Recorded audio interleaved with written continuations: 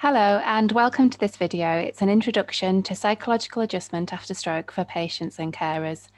My name is Dr. Amy Smith. I'm a clinical psychologist with the South Tees Stroke Neuropsychology Service. And I'm Sophie Lawton, the assistant psychologist for the service. In this video, we'll talk about what life after stroke is likely to bring. We encourage you to watch this video with your family, friends or carers. We've built in opportunities for you to pause the video and suggested exercises for you to do and discuss with those close to you. At these times, you will see a pause image on the top right-hand corner of the page. At first, life after stroke can feel like stroke takes up most of your attention and gets in the ways of those roles and activities that you value. This can be frustrating. Over time, you'll see that stroke still happened, but it takes up less of your attention and gets in the way less of those roles and activities you value. It can be frustrating because there's no set time frame in which this will happen. It's different for everybody.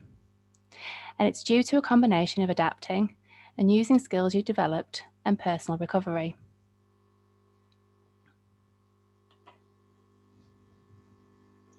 What we'd like you to do now is take some time to draw out the circles of your life, like the previous slides. How much space does stroke take up in your life circle? And how much space does stroke take up in your friends, family, or carers' life circles? Please take some time now to pause the video and draw this out with your friends and family, or you can do this separately, whatever works best for yourselves. Cognitive problems after stroke. What we mean by cognitive problems are problems in thinking, attention, and concentration. Cognitive problems are very common following stroke because the brain has sustained an injury. Cognitive problems will depend on the area of the brain affected and can be different for everybody. On the next slide is a list of some of the difficulties.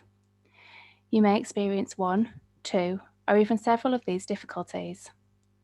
This can be frustrating, upsetting, and tiring, but remember to be kind to yourself. This is a change and adaptation which will take time. In the meantime, it may be that you give yourself more time to do things. Focus on one task at a time rather than multitasking. Use prompts and reminders such as writing things down or calendar apps.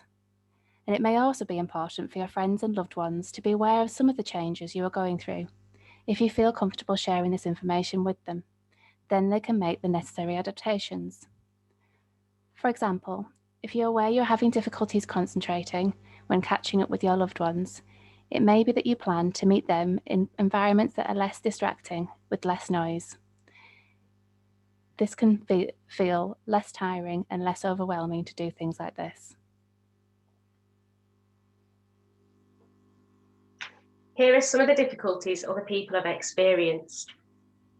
Take some time to look through these and list which ones may be relevant for yourselves and think about how you could manage some of these. Take the time now to pause the video and have a look at these. The emotional impact of stroke. Naturally, with the experience of having a stroke, you will feel a number of different emotions. These are as a result of it feeling sudden, frightening, and being a huge life-changing event. Emotions will fluctuate and change, which is okay. It is all natural. It's all a normal human reaction to a distressing life event. Your support network around you may also have experienced some of these emotions with regards to feeling helpless, or unable to stop you from the feeling low or frustrated or feeling alone. At these times, it can be helpful to talk to each other so you're aware of how each other are feeling. It's important to remember that none of us are mind readers, and at times we may misinterpret actions or what is said, and this is much more likely to happen when we feel emotional, tired, or overwhelmed.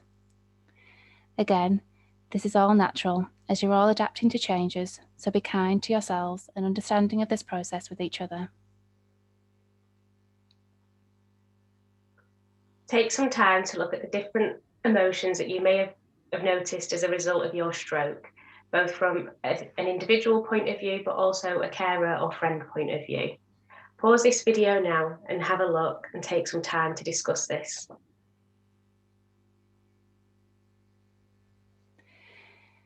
When noticing these emotional changes, it can be part of a process. Here is an example of the different phases of emotion that we know you may experience.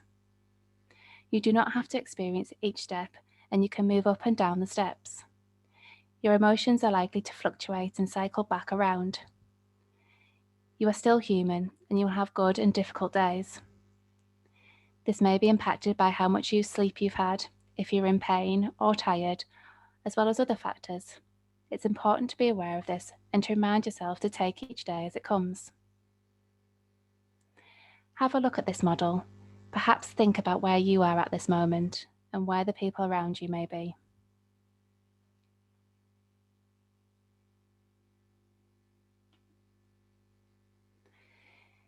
There are some common thought processes that your mind may tell you after having a stroke. Making comparisons.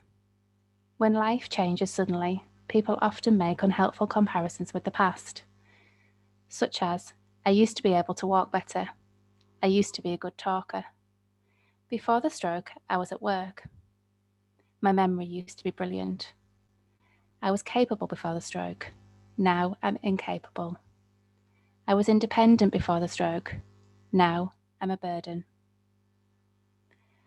Recovery is a process or journey that can vary for each individual in the emotions they experience, the changes in the cognitive functions, and their outlook.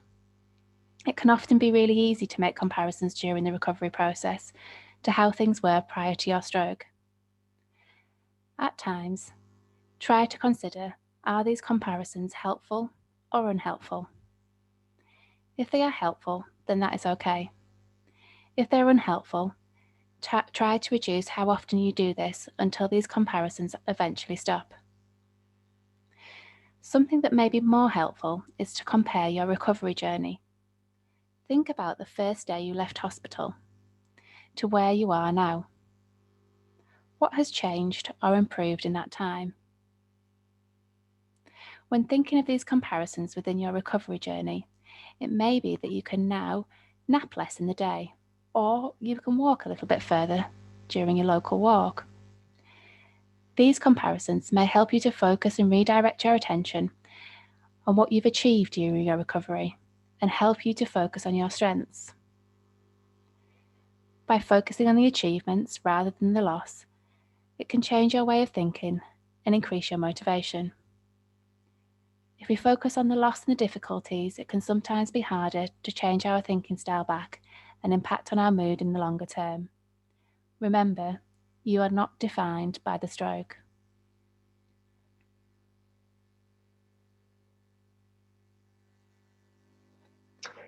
To help with this, take some time to think, are these comparisons helpful or unhelpful for me? Take some time to pause and think and reflect of how far you've come since the stroke and the achievements you may have made. Can you name one thing that's improved since this time? Take the time to pause the video and write these down with your carers and loved ones. Remind yourselves of this, and if your mind starts making unhelpful comparisons with the past, focus on the achievements. Now take some time to pause the video and do this task. Your mind may also throw up some common dilemmas, such as, I feel both lucky to have survived and unlucky that this has happened to me. I feel both happy to be alive and sad about what I have lost. Things could have been worse, but I am suffering. I am grateful for what I can still do, and I am ungrateful for what has changed. Do you have any mixed feelings about what has happened to you? As humans, we don't like such inconsistency. We like to feel one way or the other. But after stroke, it's really common to have these mixed feelings. An important task is allow yourself to think and feel different things. Neither is incorrect. Rehabilitation involves moving towards the positives while allowing for the inevitable suffering to be there too. Everything that you're feeling and thinking is natural.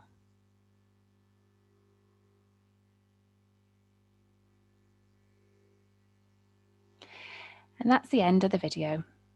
Thank you for taking the time to watch this video. We wish you all the best in your recovery. Please get in touch with the stroke team or your GP if you would like further information and to access our service. Thank you.